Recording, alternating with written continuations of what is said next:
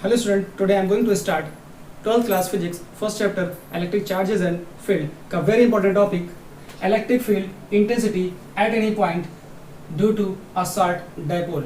Student ये important क्यों है पहले मैं बता दूं, क्योंकि इस डेरिवेशन में आप एट लास्ट देखोगे कि एक्सियल और इक्वेटोरियल दोनों की कंडीशन फुलफिल होगी और ये स्कूल पॉइंट ऑफ व्यू से और बोर्ड पॉइंट ऑफ व्यू से दोनों से स्टूडेंट इंपॉर्टेंट है। तो मैं डेरिवेशन की करता हूँ शुरुआत। तो पहले आपको ये क्लियर करता हूँ एक्सियल और इक्वेटोरियल क्या होता है, दोनों के क्या क्या फॉर्मूले होते हैं। एट लास्ट जब आप फाइनल रिजल्ट पा चुके होंगे तब आप सर्टिफाई कराओगे तो ऐसे ही रिजल्ट आपको मिलेंगे। ओके स्टूडेंट्स, तो समझते हैं derivation electric field intensity at any point not on axial. Firstly मैं ये क्लियर कर दूँ, not on axial, not on equatorial, at any point. Okay student, here we make, this is an electric dipole, this is an electric dipole and this is the axial line, this is the axial line, this is the axial line. Okay students, this is the dipole. Suppose it is A and it is B. It has minus Q charge and it has plus Q charge. Okay, and the distance between them is 2L. This is called dipole length, and this is the mid of the dipole. O be the mid of the dipole. This line is axial line, which is on which dipole is placed. Direction of dipole is from minus to plus, and axial line is this, and the line which is perpendicular to this dipole, this is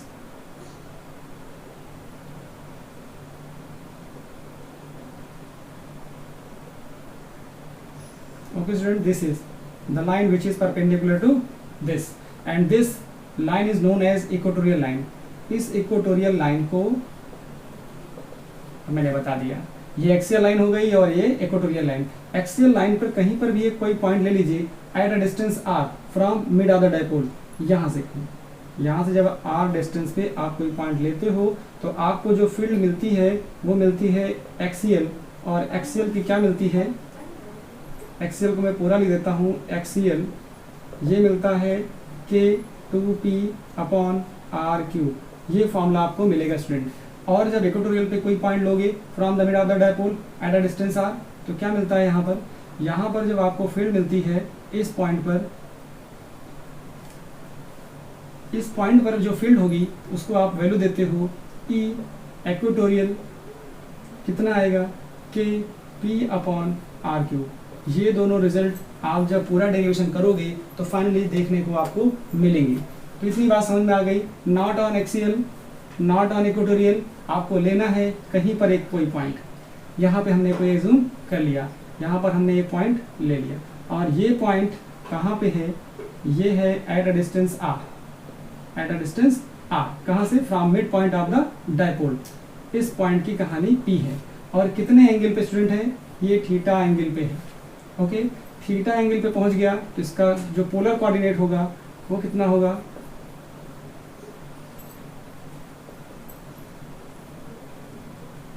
polar coordinate यहाँ आप लिखोगे कितने, r, theta. इसके polar coordinate आ गए r, theta. अच्छा, अब क्या करोगे आप देख रहे हो कि जो डाइपोल मोमेंट है वो होता है वेक्टर क्वांटिटी। इसकी डायरेक्शन क्या होती है, जो डाइपोल मोमेंट है p, उसकी डायरेक्शन होती है, हमने कहा वेक्टर p है। हम चाहते हैं कि ये जो डाइपोल मोमेंट है वो दो कंपोनेंट में ब्रेक हो जाए, जिससे कि कैलकुलेशन हमारा आसान हो जाए। तो हम क्या करेंगे, इस P को दो कंपोनेंट में ब्रेक करने हैं। ब्रेक करने के लिए क्या होगा, यहाँ थीटा है तो इसका इसके लॉन्ग कंपोनेंट हो जाएगा कितना, ये स्टूडेंट हो जाएगा P cos थीटा। क्या हो जाएगा, P cos थीटा। और क्या देखोगे, इस लाइन के परपेंडिकुलर, इस लाइन के परपेंडिकुलर अगर कोई लाइन आप बनाओ तो कैसी लाइन बनेगी, वो लाइन आप बनाना चाहोगे तो ऐसी कोई लाइन बन के आएगी जो OP के परपेंडिकुलर होगी। ये लाइन OP के परपेंडिकुलर हो गई तो एक कंपोनेंट हुआ P का इसके साथ cos, दूसरा क्या होगा, ये वाला कंपोनेंट हो जाएगा इधर वाला पी साइन थीटा, क्या हो जाएगा, पी साइन थीटा। तो आपने क्या किया, पी के दो कंपोनेंट कर दिए। तो यहाँ तक की थ्योरी क्या होगी, पहले मैं आपको एक्सप्लेन कर दूं, फिर आगे डेरिवेशन बताता हूँ। ओके, तो आप लेट कर लो पहले, let an dipole, electric dipole which is made up of two charges plus q and minus q having dipole length 2n. Okay, this is the distance between the charges. Let p be a point at a distance r from mid of the dipole, mid of the dipole at a distance r from the mid of the dipole at an angle theta. Student आपको यहाँ theta याद रखना है कि theta क्या है, तो मैं लिख देता हूँ इंडिकेशन के लिए, थीटा। थीटा कहाँ ले रहे हो आप, एंटी क्लॉकवाइज ले रहे हो, एंटी क्लॉकवाइज हमेशा याद रखना। कोई पूछेगा बुक में भी नहीं मिलता है लिखा हुआ, ये प्रॉब्लम आपकी तब आएगी जब आप नीट और जेई लेवल के क्वेश्चन सॉल्व कर रहे होंगे, तो वहाँ ये प्रॉब्लम आएगी थीटा कहाँ से ले।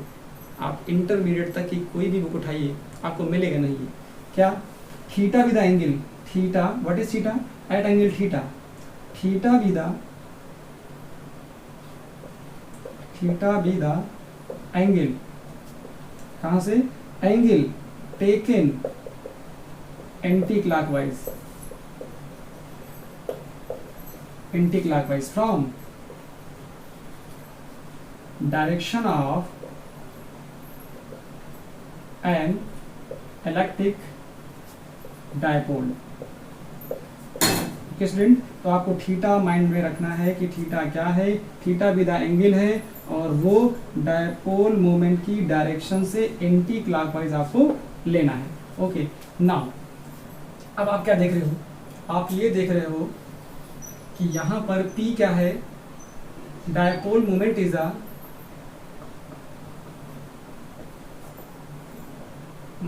A vector quantity.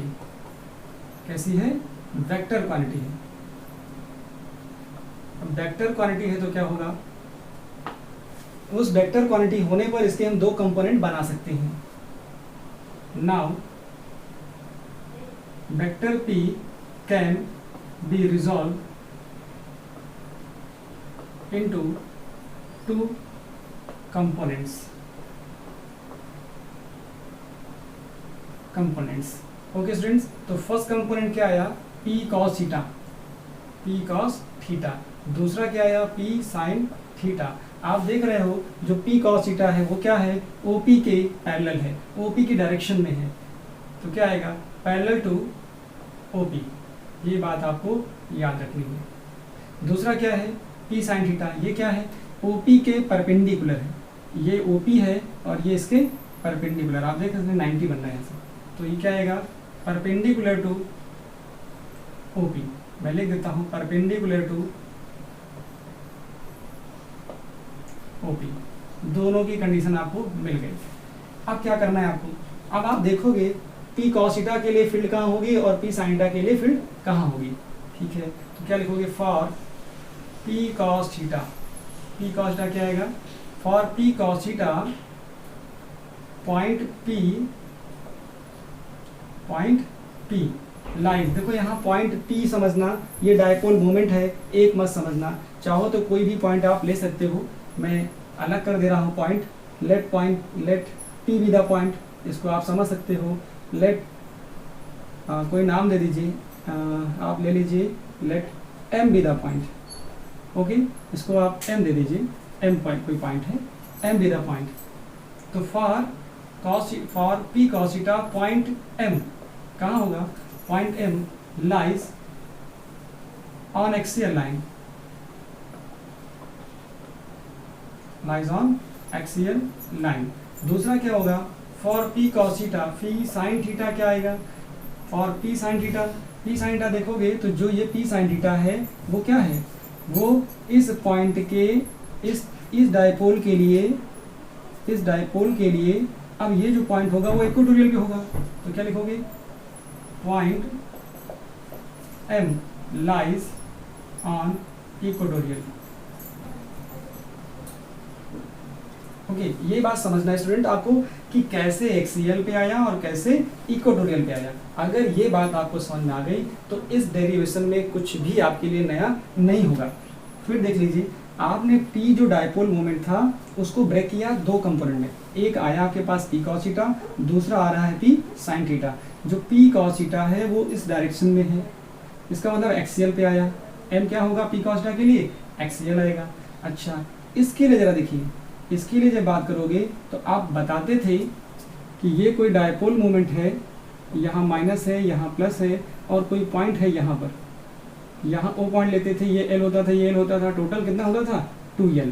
अब ये R डिस्टेंस पे जब पॉइंट P लिया तो यहाँ पर जब P लेते थे तो क्या देखते थे कि जो फील्ड होगी, नेट फील्ड आती थी, net field due to the dipole equatorial पे, वो क्या आती थी डायपोल की वजह से, क्योंकि डायपोल मोमेंट क्या है P, तो यहाँ पे जो फील्ड होती थी वो क्या होती थी, एंटी पैरेलल होती थी, किससे, डायपोल मोमेंट की डायरेक्शन के एंटी पैरेलल। तो यहाँ ये कैसे है, ये है देखो ऐसे, तो यहाँ पर जो फील्ड निकालोगे इस कंपोनेंट की वजह से तो क्या होगा, इस कंपोनेंट की वजह से तो आगे जाओगे आप।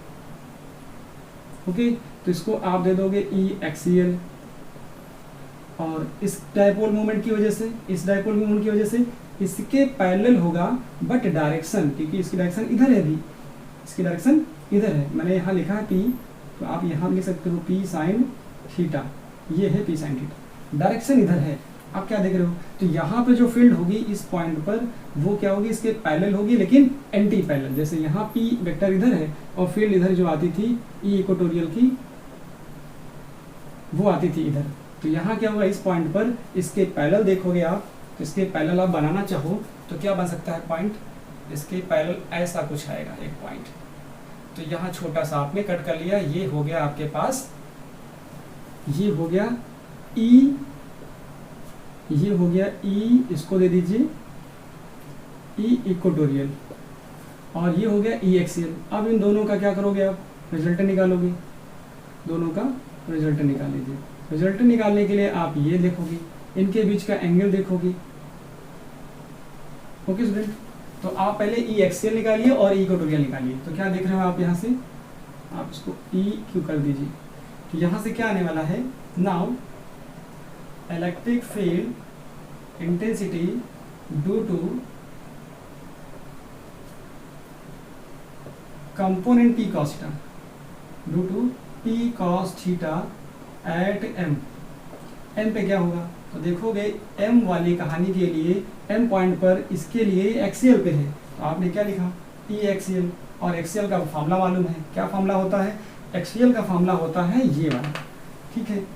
और इस फॉर्मूले पे रखोगे तो जो P है, P की जगह क्या रखोगे, कंपोनेंट P cos थीटा, तो क्या आ गया आंसर यहाँ से, K टाइम्स जाएगा P cos theta upon R cube, इतना आया। फिर लिखोगे electric field intensity due to component P sin theta at M, तो क्या मिल जाएगा यहाँ पे देखोगे तो क्या आएगा,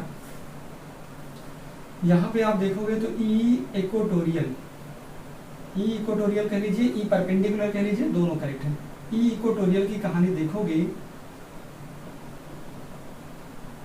तो आपको मिलेगा क्या, के, ठीक है, लेकिन ये मैंने गलत लिखा, यहाँ देखो 2 भी था, आपको 2 भी करना चाहिए था, 2P cos थीटा।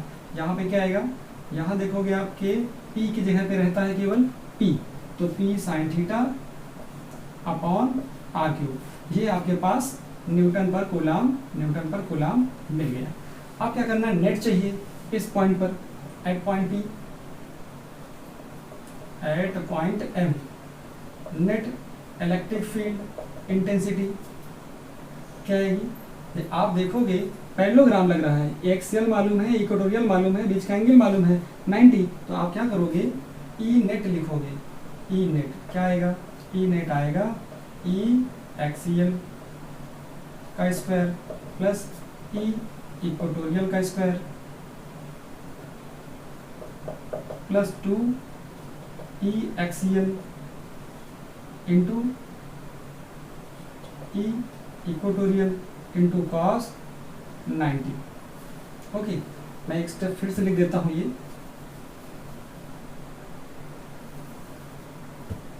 यहां पे आएगा E net is equal to E axial का स्क्वायर प्लस ई इक्वेटोरियल का square plus 2 times of E axial into E equatorial into cos 90। अब कॉस 90 का वैल्यू होता है 0, तो ये वाला पूरा स्टेप 0 हो गया। अब बचा आपके पास केवल ये, तो आपको मिल गया E net is equal to E axial का स्क्वायर प्लस ई इक्वेटोरियल का स्क्वायर। इतनी वैल्यू आपको मिल गई। तो अब क्या करो, इनकी वैल्यू पुट करा दो यहाँ पे। जब वैल्यू पुट कराओगे तो क्या देखोगे, E net is equal to E net क्या मिल जाएगा, अंडर रूट ई एक्सियल की वैल्यू कितनी देखोगे आप, ई एक्सियल की वैल्यू कितनी आ रही है, यहाँ से ये ई एक्सियल है और ये ई इक्वेटोरियल है, तो इसका स्क्वायर करा दीजिए। तो क्या आएगा स्क्वायर कराने पर, स्क्वायर करोगे तो आएगा 2kp, तो आएगा k square 4p square cos square theta upon r⁴ हो गया, प्लस ये कितना आएगा, इसका देखोगे तो आपको क्या मिलेगा, इसका देखोगे, इसका स्क्वायर करिए तो k square p square sine square theta upon r⁴। यहाँ से आप क्या कॉमन करके बाहर लिखोगे तो आपको k मिल जाएगा, p मिल जाएगा और r⁴ मिल जाएगा। कॉमन करोगे तो यहाँ से k square p square upon r⁴ आएगा कॉमन, तो बाहर निकालोगे रूट से तो ये आ जाएगा। अंदर क्या बचने वाला है देख रहे हो आप, यहाँ से 4 cos स्क्वायर थीटा बच गया, 4 cos square theta plus sine square theta. अब यहाँ से क्या करो, 4 को तोड़ लो आप, ठीक है, क्योंकि इस यहाँ पे sine square theta plus cos square theta मिलके 1 हो जाएगा। तो आपको मिल गया क्या, kp अपॉन r³ और यहाँ मिल जाएगा जाके 3 cos square theta plus sine square theta plus cos square theta और ये बनके हो गया 1, ये दोनों मिल जाएंगे। तो kp अपॉन r³ यहाँ मिल गया 3 cos स्क्वायर थीटा प्लस 1। तो ये आप देख रहे हो ई नेट का फॉर्मूला यहाँ से आपने निकाल दिया। अब ई नेट निकाल आया, हम मानते हैं कि ये वाला एंगल अल्फा है। क्या निकालोगे, फॉर डायरेक्शन, ये तो मैग्नीट्यूड निकला। फॉर डायरेक्शन क्या देखोगे, for direction of E net at m, तो क्या आएगा, डायरेक्शन कहाँ होगी, m पर ई नेट की। तो हमने लेट कर लिया, let E net makes an angle alpha with E axial से। ई की हमने मान लिया ई नेट जो होगा यहाँ पर, वो जो ई नेट है उसने एंगल बनाया है, किसके साथ बनाया है, इसने एंगल बना लिया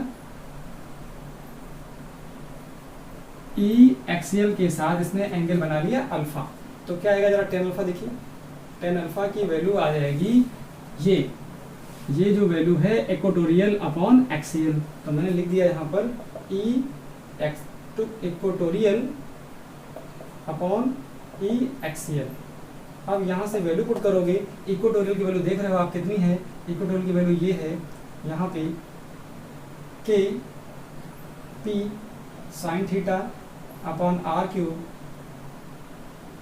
नीचे डिवाइड करोगे 2kp cos theta upon r³।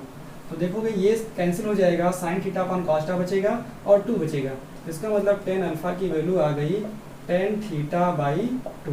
यहाँ से एक रिलेशन आपको डायरेक्शन के लिए ये मिल गया। अब आपको क्या करना है, अब आपको 2 कंडीशन आपको फुलफिल करानी है स्टूडेंट, जो मैंने बोली थी कि यही फॉर्मूला आपको मिलेगा और यही फॉर्मूला मिलेगा जब आप कंडीशन एक्सियल की लगा दो। तो लगा के देखो, एक्सियल पे क्या मिलता है?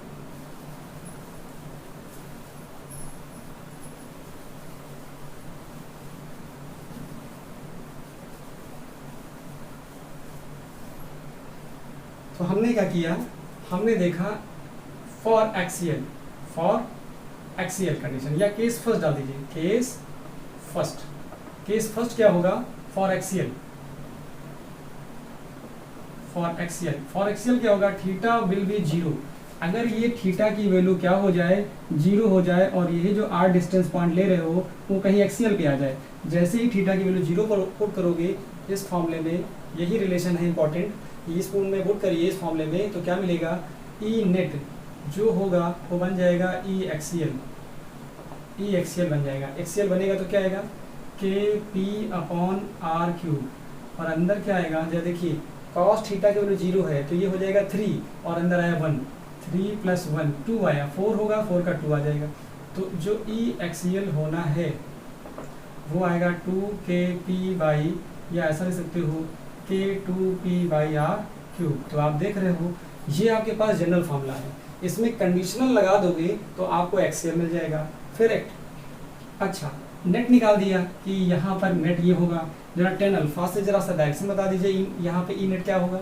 यही ई नेट है, ई एक्सियल भी है और यही ई नेट भी है। कहाँ पर? एक्सियल पर। तो यहाँ से क्या निकलेगा जाके? फॉर डायरेक्शन क्या आएगी? डायरेक्शन की बात करते हो तो क्या मिलता है? डायरेक्शन में ये अप्लाई करो, टेन अल्फा की वैल्यू क्या आएगी? Tan theta upon 2। थीटा की वैल्यू ही जीरो है तो सब जीरो होगा, तो टेन अल्फा जीरो आ जाएगा। Tan alpha is equal to 10 0। यहाँ से आप ले सकते हो अल्फा के इक्वल टू 0।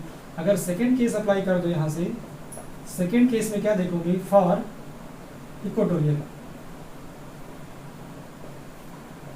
कंडीशन लगाओगे तो क्या मिलेगा? थीटा विल बी 90, क्योंकि ये थीटा 90 होना चाहिए इक्वेटोरियल के लिए। तो आप देख रहे हो क्या आएगा? ई नेट हो या ई इक्वेटोरियल हो, उस कंडीशन पे इस फॉर्मूले को यूज़ करोगे तो kp upon are cube under root ये 90 होगा तो 0 होगा, 3 cos स्क्वायर 90 प्लस 1, ये स्टेप 0 हो गया, यहाँ से 1 आ गया। तो ई नेट कहो इक्वेटोरियल पे या ई इक्वेटोरियल ही कह लीजिए, तो kp upon are cube result आ जाता है। यहाँ से फॉर डायरेक्शन क्या होगी इक्वेटोरियल पे ई नेट की? For direction we count tan alpha is equal to 10 थीटा/2। अब थीटा की वैल्यू 90 है, तो जैसे ही 90 पुट करोगे तो 90 होता है इन्फिनाइट, इसका मतलब 10 अल्फा इज इक्वल टू आ गया इन्फिनाइट। इन्फिनाइट होता है 10 90 पर, तो अल्फा की वैल्यू आ गई कितनी स्टूडेंट? 90। यहाँ तक आपको स्टूडेंट करना होता है, और इस डेरिवेशन के लिए सिर्फ इतनी ही बात इंपॉर्टेंट है। एक चीज़ मैं और आपको क्लियर कर दूं,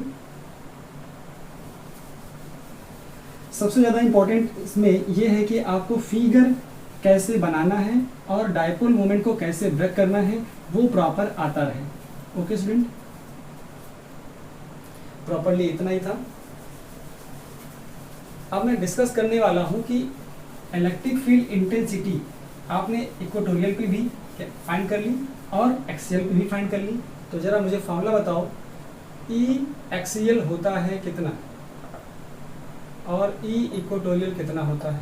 तो आप देख रहे थे 2k2p, ऐसा लिखूँ मैं k2p/r3 न्यूटन पर कूलम, इसका होता था kp/r3। अगर मैं आपसे पूछूं same distance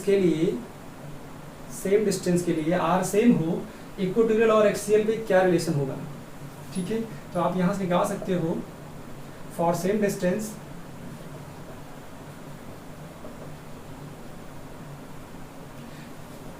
for relation between axial and equatorial, है ना? तो आप क्या करोगे यहाँ से E axial divide by E equatorial, आपको क्या मिलने वाला है?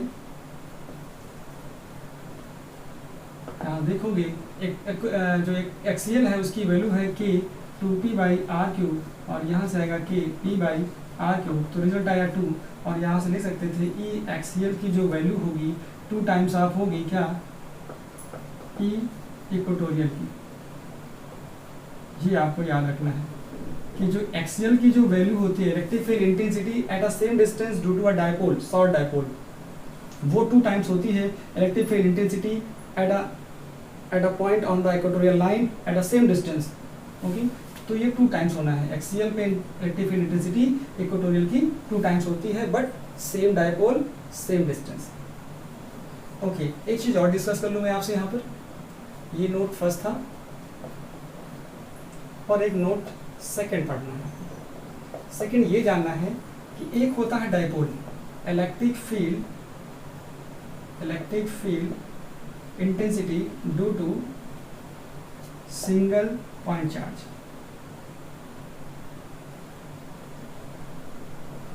Single point charge. और एक होता है electric field intensity due to an dipole. Okay student, तो आप दोनों में देखिए कैसे डिफरेंसेस आते हैं। यहाँ पर जो इलेक्ट्रिक फील्ड इंटेंसिटी होती है वो होती है due to a point charge 1/r² को फॉलो करती है। लेकिन डायपोल के केस में आपने दोनों देखा, एक्सियल भी देखा, इक्वेटोरियल भी देखा।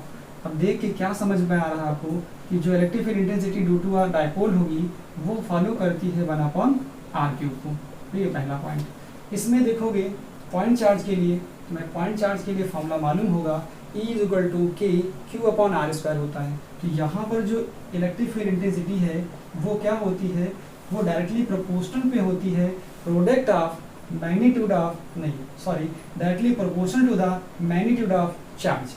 तो यहाँ पे चार्ज के प्रोपोर्शन होता है, तो ये मैग्नीट्यूड लेंगे चाहे माइनस हो चाहे प्लस हो, वो उसके डायरेक्टली प्रोपोर्शन है। यहाँ क्या देख रहे हो आप, यहाँ देखते हो दोनों केसेस में कि जो इलेक्ट्रिक फील्ड इंटेंसिटी है एक्सियल पे हो चाहे इक्वेटोरियल पे हो, it is directly proportional to the magnitude of dipole moment. तो यहाँ से लिख सकते हो ई। दो डिफरेंसेस आ जाएंगे अगर आपसे कोई बात करता है what is the difference between electric field intensity due to a single point charge and electric field intensity due to a and dipole, तो आप उसको क्लियर कर पाओ। आई होप आपको ये डेरिवेशन और लास्ट में 2 इंपॉर्टेंट नोट्स अच्छे से समझ में आ गए होंगे। Thank you student, thank you so much.